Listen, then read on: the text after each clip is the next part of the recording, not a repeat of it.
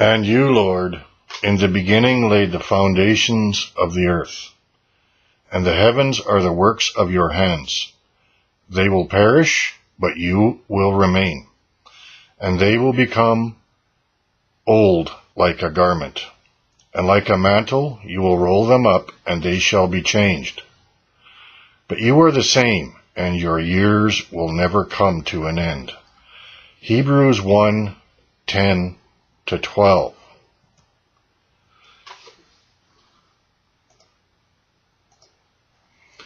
Trinitarians like to claim this verse is referring to Jesus,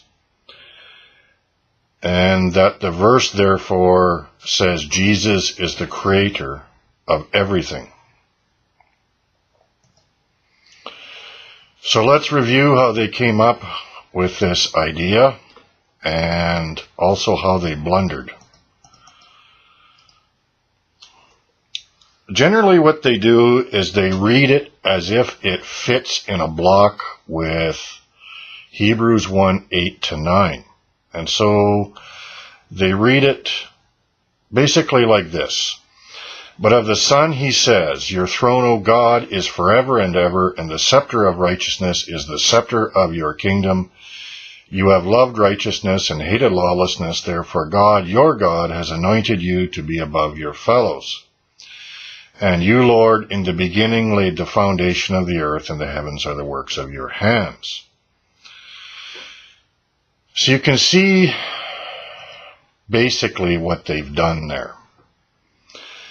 They read in verse 8, but of the Son he says, and then there's a quote, and then they see the word and in verse 10, and so they think they're supposed to read something into the text. And he also says to Jesus, you Lord, in the beginning. So they have their Trinitarian translation of Hebrews 1:8, your throne, O God, and then they get this idea in their head that the Hebrews writer is trying to prove Jesus is God, and so in verse 8 he's making a statement to prove Jesus is God, and then he's making another one in verse 10. Just take a look at verse 9. God, your God, has anointed you. You see how their translation of verse 8 results in God having a God? It's ridiculous. God calls Jesus God and then says that God's God will anoint God. It's preposterous. It's ridiculous, but that's how they want to interpret it. So basically, that's how they read it. But of the Son, he says, your throne, O God, is forever and ever. And then God also says to Jesus, your Lord, in the beginning, you, Lord, in the beginning, laid the foundation of the earth. So God the Father is saying to Jesus, you, Jesus, laid the foundation of the earth. Just think about that. God the Father is saying this to Jesus. The first problem is that verse 8 doesn't say, but of the Son he says. That's not even in the text. Now think about that, because they read that in the text in verse 13 as well. What happens there is you got to go back to verse 7. And the text says, and of the angels he says, God says, who makes his angels spirits and his ministers a flame of fire. But of the Son he says. And you see how I've underlined the word but? That is the word that tells you that it's implied that God says this of the angels, but of the Son, God says this. You see, there's that and but contrast. So you can see how it's kind of okay to suppose that God is saying something to the Son. Of the angels, he says, but of the Son, he says, you see that? But it's a bit much to say, and of the angels, he says, but of the Son, it's implied, he says, and then you go on a few verses later, and he also says, you see that? And it's because the writer is making these Jesus versus the angels contrasts. And of the angels, he says, but of the Son, he says. And then he's starting something new in verse 10. Trinitarians are reading something into the text, verse 10, which is not there. And he also says, that's how they want it to read. And so that's how they make it read. And he also says, but it doesn't say that. It's obviously implied in verse 8, but it's not that obvious in verse 10. And we'll see that even more clearly as we go on here. Look at the first and but. There's several and but arguments in this chapter, but let's look at it this way. We'll just do a Reader's Digest version here. And of the angels, he says, who makes his angels spirits and his ministers a flame of fire. But of the Son.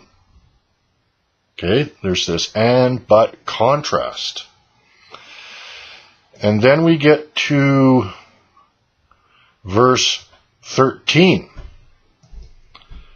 And you, Lord, in the beginning. So we have an and but contrast, and then we have another and showing up. And then guess what happens? But to which of the angels has he ever said? Now think about this very carefully. Does the phrase and what follows after it, but of the Son, he says, go with the verse that says, and you, Lord, in the beginning? Or does the verse, but of the Son, he says, belong to, and of the angels, he says in verse 7? Those two belong together. And you, Lord, in the beginning, but to which of the angels? And those two belong together? Because you see what Trinitarians are trying to do? Is they're trying to say that, but of the Son, he says, and then, and you, Lord, in the beginning, they belong together. But look at the pattern. The writer's pattern here. They don't belong together. It's another contrast argument beginning in verse 10. We're going to see that even more clearly now. And so the writer isn't calling Jesus the Lord, Creator in verse 10 to 12. Basically what Trinitarians are doing there is they're violating the structure of the text by removing the first but contrast in verse 8 from its context and then trying to join it with the first half of the writer's second argument, verse 10 to 12, which they also separated from its but contrast, verse 13. So what we should have should look like this, because this is the only thing that's ever going to make sense when you lay out the structure in this verse. But here's what they try to make it do. You see that? They separate the first but from the first and they separate the second but from the second and they try to put the first but with the second and they try to make it work like that. See that? They split it like that when it should look like that. That's the little trick they pulled there. And there's verse 13. And there's another factor, another piece of evidence here. But to which of the angels has he ever said, sit at my right hand until I make your enemies a footstool for your feet? Where is the antecedent for the word he? when you write, you need an antecedent. When you use the word he or him, you just can't break into speaking and say he, him. People won't know who you're talking about. So where's the antecedent for the word he? It's going to be very weird to have the writer say, you, Lord, in the beginning laid the foundation of the earth, to refer to Jesus, and then go on to say, to which of the angels has he ever said? Because what you would have here is, and you, Lord, you, Jesus, in the beginning laid the foundation of the earth, but to which of the angels has Jesus ever said, sit at my right hand? It's never going to make sense. It's a ridiculous proposition to have verse 10 refer to Jesus when the word he is sitting there in verse 10, which requires an antecedent. And the subject of verse 10, if you're a Trinitarian, is Jesus.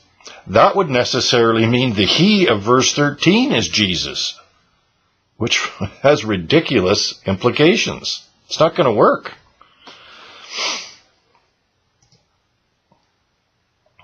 So we got to ask ourselves now, why would the writer make this and but argument from verse 10 to 12?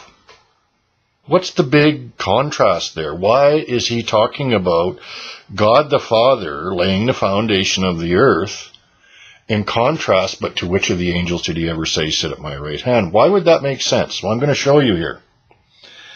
Notice what he says. He says, and you, Lord, in the beginning laid the foundation of the earth and the heavens. And the heavens are the works of your hands. Okay, so he's mentioning the heavens and the earth as the works of his hands. At least the heavens.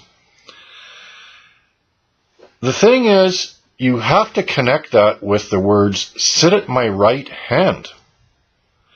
It's a very obvious connection to a first century Jew. Because to sit down on God's throne at his right hand means you have been given authority over all heaven and earth. All created things have been placed under your feet. So that's why the writer brings that up in verse 10. And then contrasts it with verse 13. But to which of the angels did he ever say, sit at my right hand? In other words, to which of the angels did God ever say, I'm going to place all things in heaven and earth which I made under your feet? That's the point he's making. And here's some examples what it means to sit at the right hand of God. When Jesus rose from the dead and met his disciples, he said this, all authority in heaven and on the earth, in heaven and the earth, has been given to me. And here's one of my personal favorites, because it's from this chapter, and it tells us what Hebrews chapter 1 is really about. Having made purification of sins, he sat down at the right hand of the Majesty on high, having become as much superior to the angels as he has inherited a more excellent name than them. Jesus became better than the angels. It's kind of ridiculous to have chapter 1, or to insist that chapter 1 is all about proving Jesus is God because he's better than the angels, when it tells you he became better than the angels. God doesn't become better than the angels. But we can see that becoming superior to the angels happens when you sit down at the right hand of the Majesty on high. And that's why in verse 6 it says all God's angels must bow down to him. You have to bow down before the throne of God. That's where Jesus is sitting. The Father put him there. And the reason they must bow down to him is because he has become superior to them, and they have been subjected to him. 1 Peter 3:22. Here's another one. God raised him from the dead and seated him at his right hand in the heavenlies, far above all rule and authority and power and dominion, every name that is named, not only in this age, but also in the age to come. And he put all things in subjection under his feet. See that? That's what it means to sit at God's right hand. It means you have been given authority over all creation. You have been given the right to exercise God's authority in his place, just like Pharaoh or Joseph did for Pharaoh over Egypt. Same idea. And 1 Peter 3:22, Jesus Christ at the right hand of God, having gone into heaven, angels and authorities and powers having been subjected to him. Same idea again. To sit at the right hand of God means everything has been put under your feet. Everything in all creation. All authority in heaven and earth has been given to me. Matthew 28:18. So now we can begin to see what the argument is all about at Hebrews 1:10 to 13. You, Lord, in the beginning laid the foundation of the earth, and the heavens are the works of your hands. The creation of heaven and earth, the works of God's hands. But which of the angels has God ever said, sit at my right hand and have all this stuff that I made placed under your feet, and until I make your enemies a footstool for your feet? You see that? It gets to be kind of plain when you just think about it a little bit. But there's more. Now, first of all, by seating Jesus at his right hand, God has placed Jesus in authority over everything he has made. We just saw that. Now look what he says here. You, Lord, in the beginning laid the foundation of the earth, and the heavens are the works of your hands. Look what he says immediately thereafter in chapter 2. And keep in mind, there are no chapter and verse divisions when he wrote this letter. For he did not subject to angels the world to come. See, he's on the same subject, concerning which we are speaking, but... Then he goes on to say this, you have appointed him over the works of your hands. The works of whose hands? God the Father's. You, Lord, in the beginning laid the foundation of the earth, and the heavens are the works of your hands. See where this is going? The writer is making it very clear that he was talking about God the Father in verse 10. Very clear. Hebrews 2:7, you have appointed him over the works of your hands. You have put all things under subjection under his feet. You, Lord, in the beginning laid the foundation of the earth, and the heavens are the works of your hands. And then what does he go on to say? Sit at my right hand till I put your enemies under your feet. See that? Becomes more and more and more clear. All you have to do is look for the truth if you want it. And in another way, he makes it clear. In chapter 2, you have appointed him over the works of your hands. You have put all things, or placed all things, under subjection under his feet. What's he say in chapter 1? You, Lord, laid the foundation of the earth, and the heavens are the works of your hands. Which of the angels has he ever said, sit at my right hand till I make your enemies a footstool for your feet? Which pertains to Jesus. God placing all things under his feet. You see how it becomes very clear that the words in verse 10 of chapter 1 are referring to the Father. Everything in the entire context tells us that. Everything. The structure, it's quite clear. And you, Lord, in the beginning, but to which of the angels has he ever said, sit at my right hand? The Father said, sit at my right hand to Jesus. So where's the antecedent for the Father here? You, Lord, in the beginning, laid the foundation of the earth. It's really plain. For he did not subject to angels the world to come, concerning which we are speaking. But one has testified somewhere, saying, What is man that you are mindful of him, or the Son of Man that you are concerned about him? You have made him a little lower than the angels. You have crowned him with glory and honor. You have appointed him over the works of your hands. You have placed all things in subjection under his feet. That's pretty much what he's talking about at Hebrews 1:10-13, isn't it? Same thing. Same thing. And you, Lord, in the beginning laid the foundations of the earth, and the heavens are the works of your hands. They will perish, but you will remain, and they will become old like a garment, and like a mantle you will roll them up, and they will be changed. But you are the same, and your years will never come to an end. But to which of the angels did he ever say, Sit at my right hand? He, the Lord of verse 10, God the Father. Very, very, very plain when you start to look at the facts. God the Father, the Lord of Hebrews 1:10, who created the heavens and the earth, has never asked an angel to sit at his right hand, which would effectively place an angel in authority over all heaven and earth. But the Father has indeed placed all created things in heaven and earth under Jesus' feet, including angels, by seating Jesus at his right hand, giving him all authority over the works of his hands. And that's why the Hebrews writer quotes Psalm 102 as he does at Hebrews 1:10-12. God made the heavens and earth. The Father made the heavens and earth. And he has placed all of that under Jesus' feet. God bless you.